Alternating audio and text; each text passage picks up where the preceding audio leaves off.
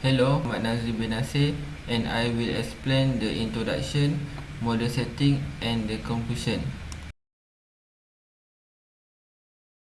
Potential is an important electrical event in excitable cells because it facilitates transmission of information along the nerve fiber for critical processes such as thought and movement. It occurs due to the movement of ions such as sodium and potassium across the cell membrane that cause the membrane potential to change. There are three phases in action potential, which are depolarization, peak and repolarization. During depolarization, the sodium channel open, causing the sodium ion to move into the cell, changing the membrane potential to become more positive. Peak phase happen when the membrane potential reach its most positive value. In this phase, sodium channel become inactive to prevent the movement of sodium ion into the cells. In repolarization phase, the potassium channel remain open, causing potassium ion to flow out of the cell, making the membrane potential to return to negative value and resting state. The process of action potential can be simulated through mathematical models such as Hutchin-Huxley model and Fish-Nagumo model. However, the Hutchin-Huxley model is complex and hard to work with, while the Fish-Nagumo model simplifies the Hutchin-Huxley model by dividing the action potential into two components, which are the membrane potential and recovery variable, making it easier to study the action potential behavior. In this project, we will use the Fish-Nagumo model to study two factors, which are the resetting rate and threshold potential. The resetting rate controls how quickly a cell recover after firing an action potential, which can influence the rate of action potential. The threshold potential determine how much stimulus is needed to trigger an action potential. The simulations are performed using MATLAB to solve the equation and visualize the result. Through the simulation, we can study how excitable cells respond towards changes in their environment and internal condition.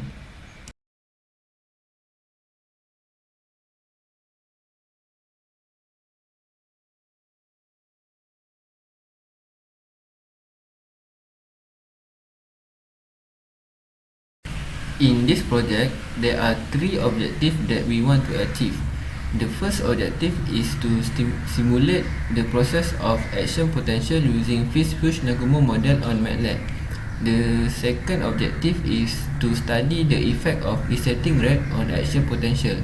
And the last objective is to investigate the effect of threshold potential on action potential.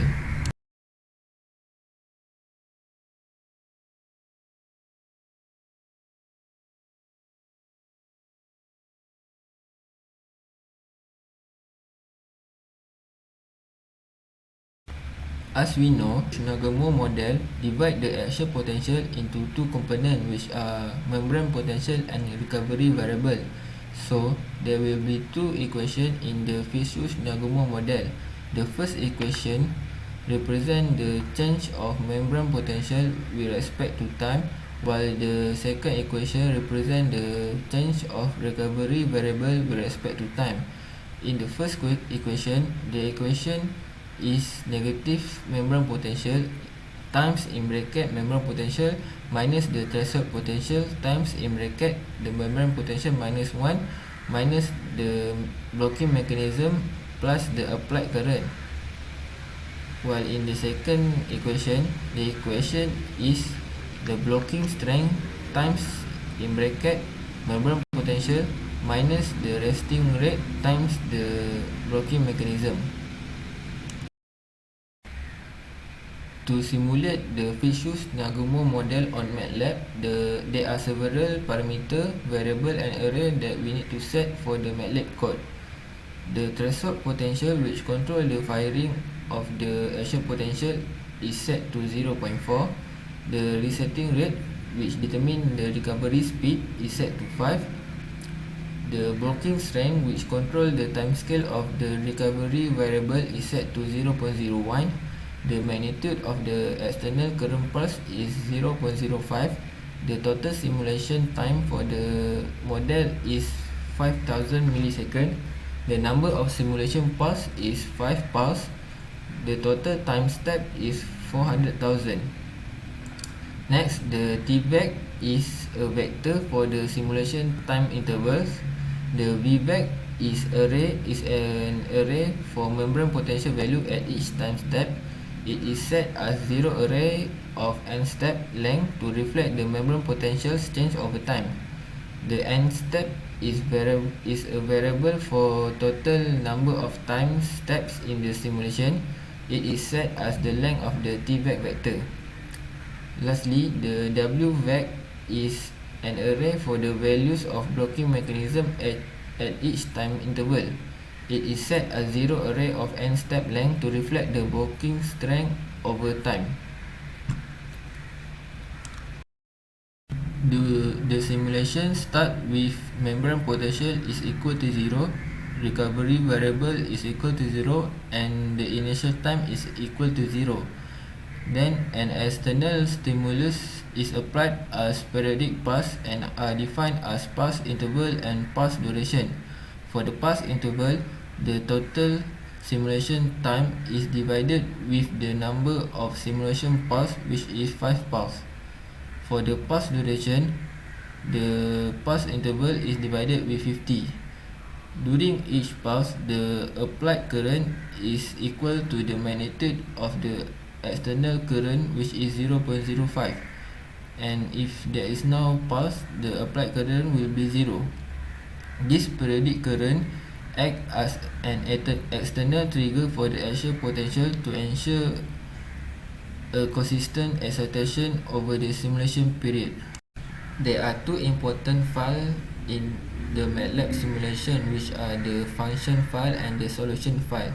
The function file defines the Fish-Nagumo equation and external current function, while the solution file is the main script to run the simulation and generate output. The loop will start at the second time step. The time variable will increase with the time step, and the applied current function is called to determine the applied current activation wave at the current time step. The forward Euler method is used to solve the ordinary differential equation and update the membrane potential and blocking mechanism. The loop will end once the membrane potential and blocking mechanism value is recorded at each time step. Once the simulation is done, the result will be shown in the form of graph. The first graph displays the plotting of action potential and blocking strength over time, while the second graph will display the phase-span relationship between the blocking strength and the membrane potential. Hi, my name is Oko, and now I'll present the model parameters of our system. So first is the alpha. Alpha represents the threshold potential, which determines how easily the system becomes excitable. Gamma is the resetting rate, which controls how fast the recovery mechanism brings the system back to rest. Eps or epsilon is the blocking strength, scaling the effect of the recovery variable on the membrane potential. Imac is the amplitude of the applied current used to stimulate the system. T final is the total stimulation time. NP is number of pulses, and NT is the number of total time steps. Our simulation model consists of two parts, which is the function code and the main code. So for the function code, first is the initial conditions. The initial values for membrane potential V and the resetting rate W are set to 0. T-vec is the vector storing time, and V-vec and W-vec is the two vectors representing variable V and W. So here is the simulation loop. So for each iteration, the time t is updated, and then the applied current is calculated using the IAP function.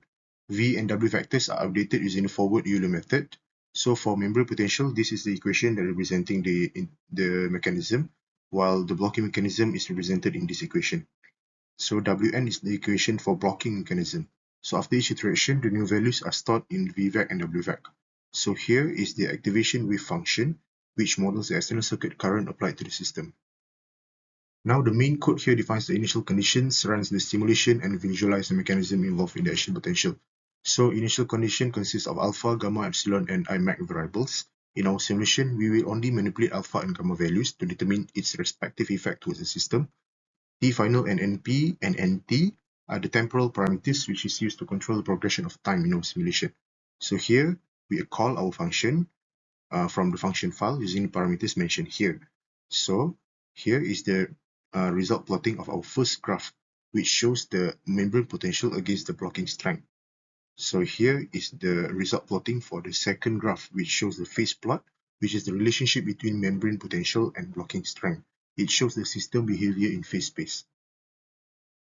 Now we'll move on to the model results. Our results will demonstrate the analysis of two cases, which are the effect of resetting rate, the gamma value on action potential, and the effect of threshold potential, which is the alpha value on action potential.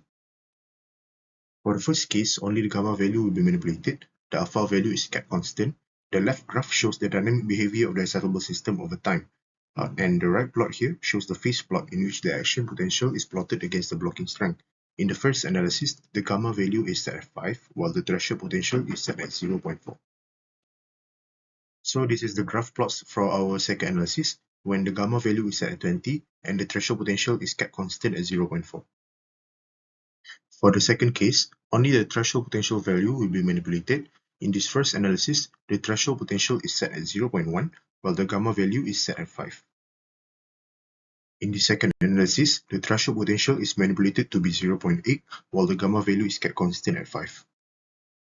In this section, we will discuss the general concept of a Fitzhugh-Nagumo model along with its use cases. Also, we will further discuss on our results and compare both analyses for each case presented in our findings. The Fitzhugh-Nagumo model simplifies the Hodgkin-Huxley model to describe action potential dynamics using membrane potential and blocking strength. The key parameters for the system are resetting rate and threshold potential.